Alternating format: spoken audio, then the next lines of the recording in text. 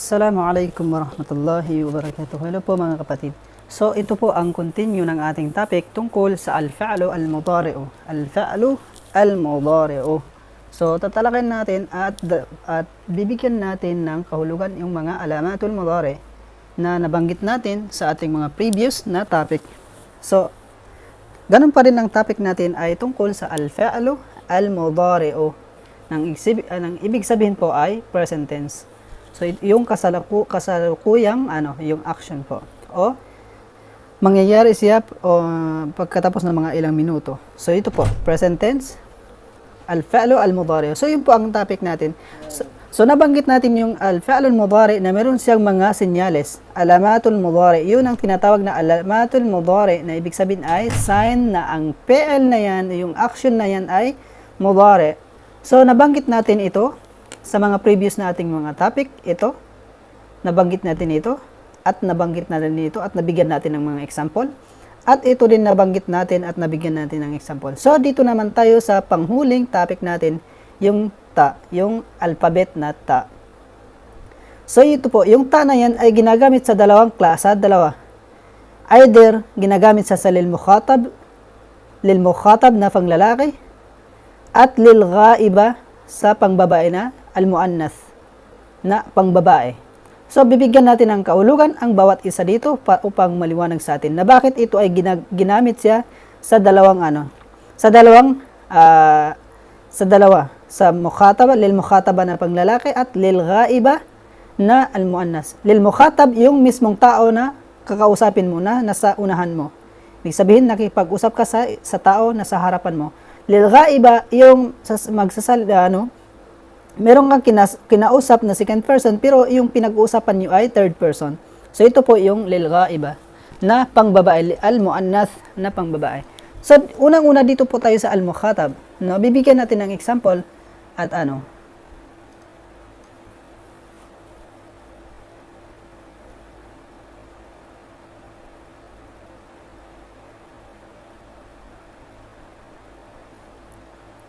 ito yung unang example natin.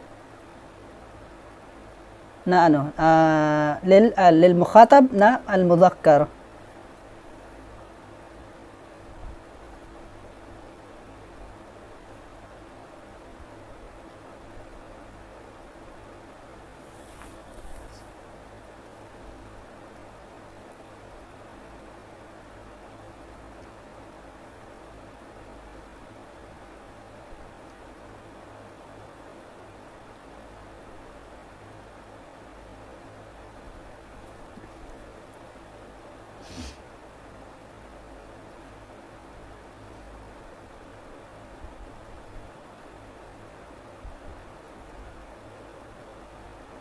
So, ito yung po ang unang natin. Example natin ay ito ay gagamitin natin ay lil mukhatab.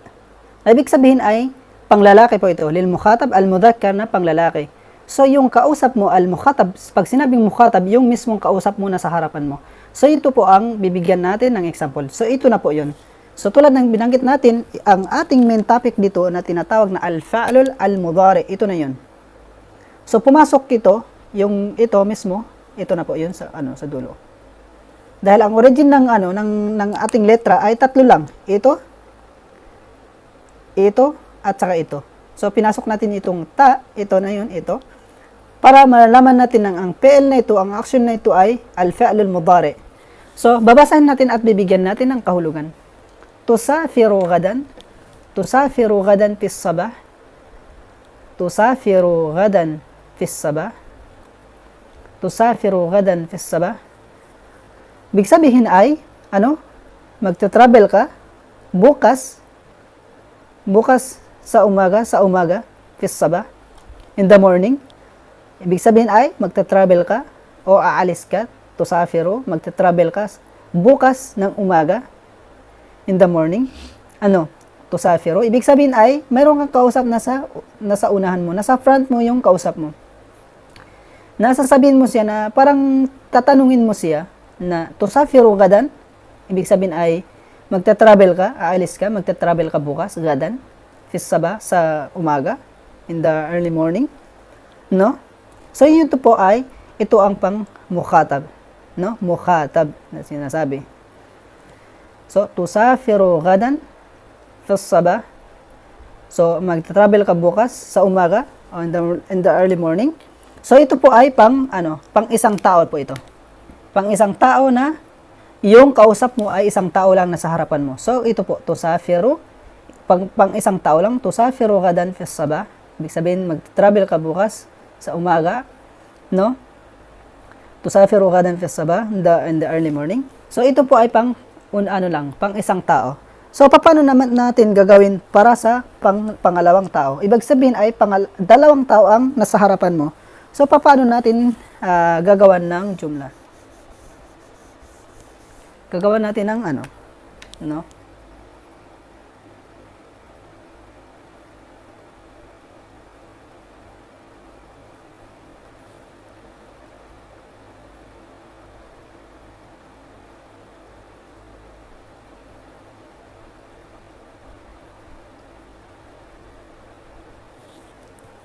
So, ito po ay, nabanggit natin yung unang example natin ay, pangalawang pang isang tao. Ito ay ang kausap mo ay dalawa. Ay, ibig sabihin ay nasa harapan mo, yung kausap mo ay dalawa. So, paano mo sasabihin? So, ito ay, dito pa rin tayo sa lil mukhataba na panglalaki. Wala pa tayo dito sa pangbabae. Mamaya bibigyan natin ng example. Yung lil ghaiba, lil muannas, na ito pa rin ang gagamitin ng kasi. Binanggit natin, tulad ng binanggit natin, ang ta, itong alphabet na ta ay na bahagi sa dalawa na pwedeng gamitin sa lil mukhatab na al-mudhakkar na panglalaki, ibig sabihin yung kausap mo ay lalaki, o at ta lil ghaiba na yung pinag-uusapan nyo ay yung pangatlong third person na babae. So mamaya bibigyan natin ng example. So dito muna tayo magpo-focus sa una. So nabanggit natin yung yung una, yung tusafiru, ibig sabihin pang isang tao lang. So, dito naman ay pangalawang tao. Ibig sabihin, yung kausap mo na sa harapan mo ay dalawang tao. So, paano mo sasabihin sa kanila? Tusafirani gadan fi sabah. Tusafirani gadan fi sabah. Ibig sabihin ay, magta-travel kayong dalawa bukas in the morning. No? Sabihin mo sa kanila, magta-travel kayo bukas in the morning fi sabah. Tusafirani, ibig sabihin ay pangalawang tao po ito. Dalawang tao yung kausap mo na sa harapan mo. Tusafirani. Hindi mo pwedeng sabihin na tusafiru na dalawang kausap mo. Mali po yun. Pag dalawa ang kausap mo na sa harapan mo, hindi mo pwedeng sabihin na tusafiru gadan. Ibig sabihin, isa lang ang sinabihan mo doon sa kanila. Pero pag dalawa, dapat ganito yung sentence na sasabihin mo o gagamitin mo. Tusafirani gadan fi sabah. Ibig sabihin ay magta-travel kayong dalawa bukas in the morning. So, yun po ang pangdalawahan po ito na tinatawag na muthanna. Yung isa naman ay yung kanina ay mufrad, lil mufrad na pang-isahan lang. No? Makikita natin ay magkaiba po sila. Tusafiru. No? Tusafiru. So ito ay lil mufrad, pang-isahan po. Pang-isang tao na sa harapan mo, yung kausap mo. Ito naman ay pagdalawa ang kausap mo. Paano naman pag marami yung kausap mo? So, ganito. Ibig sabihin, tatlo o mas mahigit.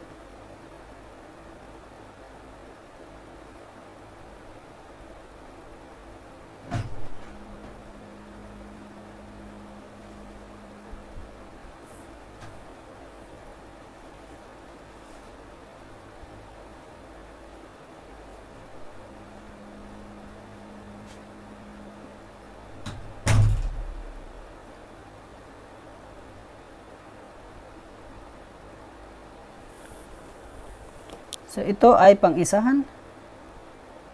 Susulatin natin at babasahin natin ulit para maliwanag. Paliitin lang natin kasi para may space po tayo.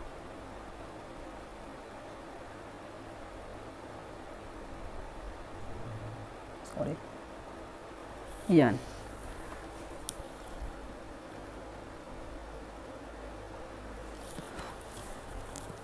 So, ito ang example natin. So, ito nabanggit natin ay, ito ay pang isang tao. Ibig sabihin ay yung kausap mo ay isang tao lang. Ito ay pang isang tao lang. Ito naman pag ang nasa harapan mo ay dalawang tao. At ito naman ay pag tatlong tao o mas mahigit sa tatlong tao ang kausap mo. So, yun po.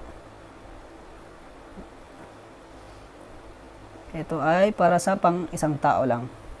So, yan po ang ano natin. So, babasan natin ulit yung yung una. Tusafiru gadan fi sabah.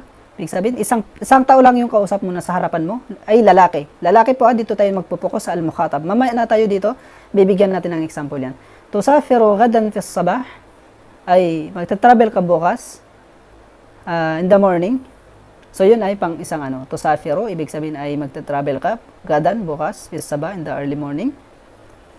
So, yun ay pang isang person. Pangalawa naman, pag ang kausap mo ay tatlo, pag dalawa yung kausap mo na sa harapan mo, ganito ang sasabihin mo. Hindi mo pwedeng sabihin tusafiru gadan na dalawa yung kausap mo na sa unahan mo. Hindi pwede na sabihin mo tusafiru gadan na dalawa yung kinausap mo. Hindi pwede. Dapat ito po ang gamitin natin. Tusafirani gadan fi sabah ay magta-travel kayong dalawa bukas in the morning. So yun po, tusafirani ay magta-travel kayong dalawa gadan fi sabah. So, hindi mo rin pwedeng sabihin na yung isang tao lang ang kausap mo, pero ito ang gagamitin mo yung pangdalawahan na tusafiran ni gadan, pero isang tao lang, hindi po. Mali din po yun. So, dapat magkatugma yung Pag dalawa yung kausap mo, dapat dalawa din yung sentence na pangdalawahan din yung sentence na gagamitin mo. So, yun po. Dito naman tayo sa pangatlo. No? Tusafiruna gadan fi sabah. So, ito ay mula tatlong tao hanggang sa pang-apat o pang-lima, pang-sampo, pang-ilan na kahit ilan pa yan, trillion, billion. So, ganito ang sasabihin mo. Tusafiruna gadan fi sabah. Ibig sabihin ay aalis kayo, magta-travel kayong lahat. Kayong tatlo, kayong lahat. Pag lahat marami, hindi mo alam kung ilan sila. Tusafiruna gadan, aalis kayong lahat bukas in the morning.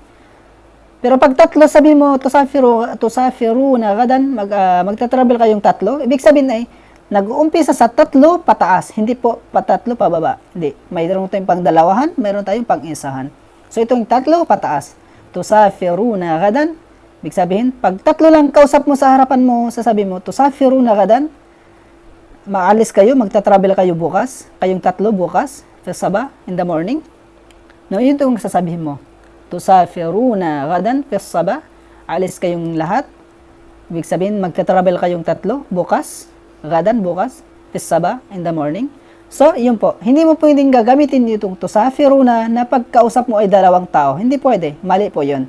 So, dapat kung tatlo yung kausap mo na sa harapan mo, itong gagamitin mo, tusafiruna. Pag dalawang kausap mo ay gagamit ka ng tusafirani. Ibig sabihin, dalawa yung kausap mo, itong gagamit mo, tusafirani. Pag isa lang ay tusafiru. So, dapat magkatugma, kasi pag hindi magkatugma, mali po yung sentence na gagamitin natin. So, yun po, una-una, na sa pang-lalaki na lil mukhatab. Ibig sabihin, yung lalaki na kausap mo ay lalaki. Ibig sabihin, lalaki yung kausap mo, nasa harapan mo. So, gagamitin natin yung ta. So, dito naman tayo, magpo-proceed tayo sa So, dito naman tayo sa pangbabae at bibigyan natin ng lil ghaiba. Ibig sabihin ay third person na pinag-uusapan nyo. Meron kang kausap, babae man o lalaki, na ang pinag-uusapan nyo ay third person na babae. So, paano natin bibigyan ng example? So, ito po rin ito. Tapos na po tayo sa al-mukhatab na second person. So, dito naman tayo sa lil ghaiba na al-muannas na gagamitin natin yung letrang ta. So, bibigyan natin ng example, no? Una-una. So, meron tayong tatlo upang maliwanag sa atin. Bibigyan natin ng tatlong example.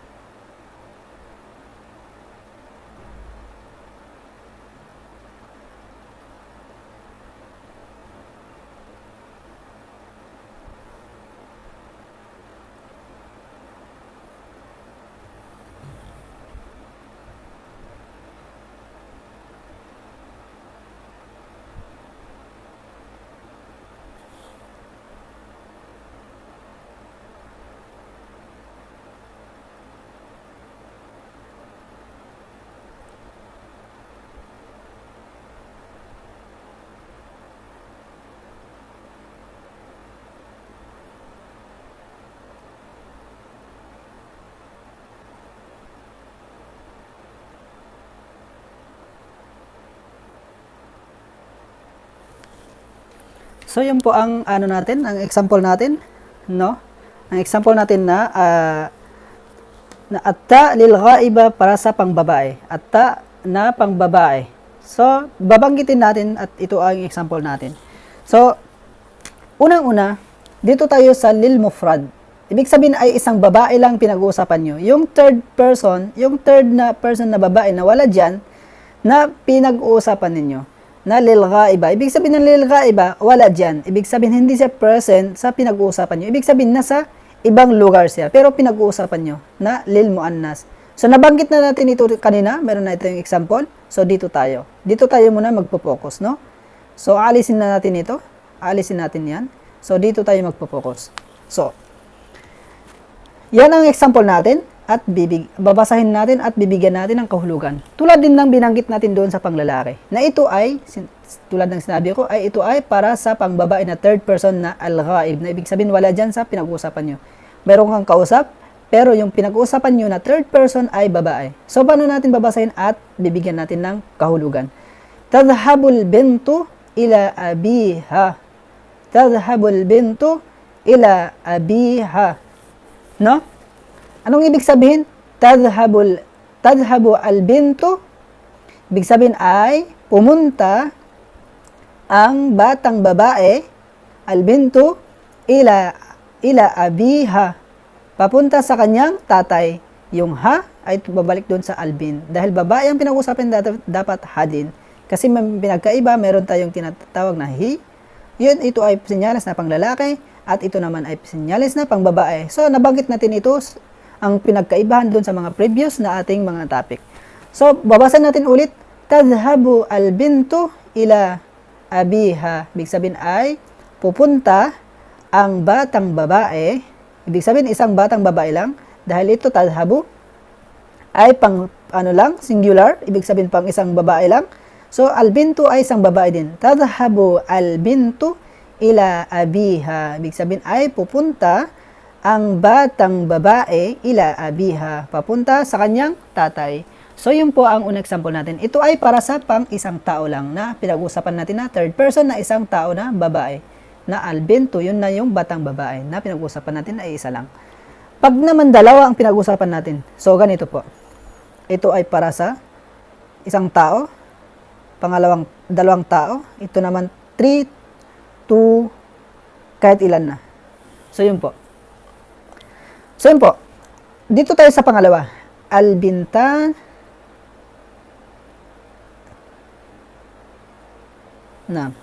Al-bintan tadhabani ila abihima. Al-bintan tadhabani ila abihima. Ibig sabihin, ang dalawang batang babae, al-bintan, tadhabani, ang dalawang batang babae, tadhabani, pupunta silang dalawa, papunta sa kanilang, abihima, sa kanilang tatay, Ibig sabihin, bawat sa kanila ay pupunta sa kanilang tatay. So, yun po. O, pwede rin dalawang bata na magkakapatid. So, pupunta sila sa kanilang, kanilang tatay. So, yung hima ay babalik doon sa albin. Dahil silang dalawa sila, so dalawa din ito ang dulo nito. Hima, hindi ha. Kasi yung ha ay para sa pang isang, tumutukoy sa isa lang. Yung hima ay para sa dalawa, tumutukoy sa dalawa. So, albintan, ang dalawang batang babae, tadhabani, ay pupunta silang dalawa, silang dalawa, ila abihima, papunta sa kanilang tatay o sa kanilang tatay. So yun po ang pangalawa na So hindi mo pwedeng gamitin ito albintan o tadhabani albinto kasi pinag-usapan natin dalawa eh. So dalawa din ang gagamitin natin na action o sentence na action para sa al-fi'l al-mudari na tinatawag para dun sa dalawa. Kasi hindi mo pwedeng sabihin na tadhabu albintan na although sa mga ibang pwede sa pero dapat magkatugma talaga yung gagamitin natin. Kung sabihin natin na ay kung sabihin natin tadhabu albintan pwede, pero dito albintan dapat tadhabani, dapat dalawa din yung dito. Albintan dahil pinag-usapan natin ay dalawa, so dalawa din yung susunod sa kanya. Pero pag sinabi natin tadhabu albintan, pwede rin yun, walang problema. Dapat paunahin dito itong sentence na to dito. So dito dahil para magamit natin ito na itong tadhabani na sa pangdalawahan, para at meron tayong makuhang kaalaman, so dinagay natin dito after ng albintan para magamit natin itong pangdalawahan. So albintan tadhabani ila abihima. Albintan, ang dalawang batang babae, tadhabani, pupunta silang dalawa ila abihima, papunta sa kanilang tatay. So yun po ay para sa pangdalawa. Dalawang babae na pinag-uusapan natin, yung third person. Dito naman tayo sa pang tatlo o mahigit pa sa tatlo. So ito po, albanatu tadhabna. Albanatu, ang mga batang babae. Ibig sabihin marami sila. Ang mga batang babae, tadhabna, pupunta sila ila abihinna, papunta sa kanilang tatay. Ibig sabihin, tatlo ang batang babae o mas mahigit sa tatlo. Albanatu, ang mga batang kababaihan, tadhabna, pupunta sila ila abihinna. Dahil ito ay plural, dapat plural din ang gagamitin na tadhabna. Ibig sabihin ay pupunta sila, hindi pupunta siya. Dahil ito ay pang isa lang, ito pang dalawa, at pang tatlo. Hindi pwede sabihin natin albanatu tadhabani dahil mali po 'yun. Dapat albanatu tadhabna ila abihinna, papunta sa kanilang tatay. So 'yun po ang topic natin tungkol sa atta na lil mukhatab na nabanggit natin at lil ghaiba na pang third person. So ito po ay pang third person na pang babae. Pang babae po ito. Pang babae. So, yun po. So, yun po ang ating Sana mayroon kayong natutunan sa ating topic. Sana po mayroon kayong mga kung may request po kayo, kung mayroon kayong mga gustong makuhang kaalaman tungkol sa wikang Arabic, mag-comment lang po kayo sa ating video na ating i-upload ngayon. At huwag kalimutan mag-subscribe at i-click ang icon bell upang kayo ay updated sa mga susunod na video na ating i-upload. Maraming salamat.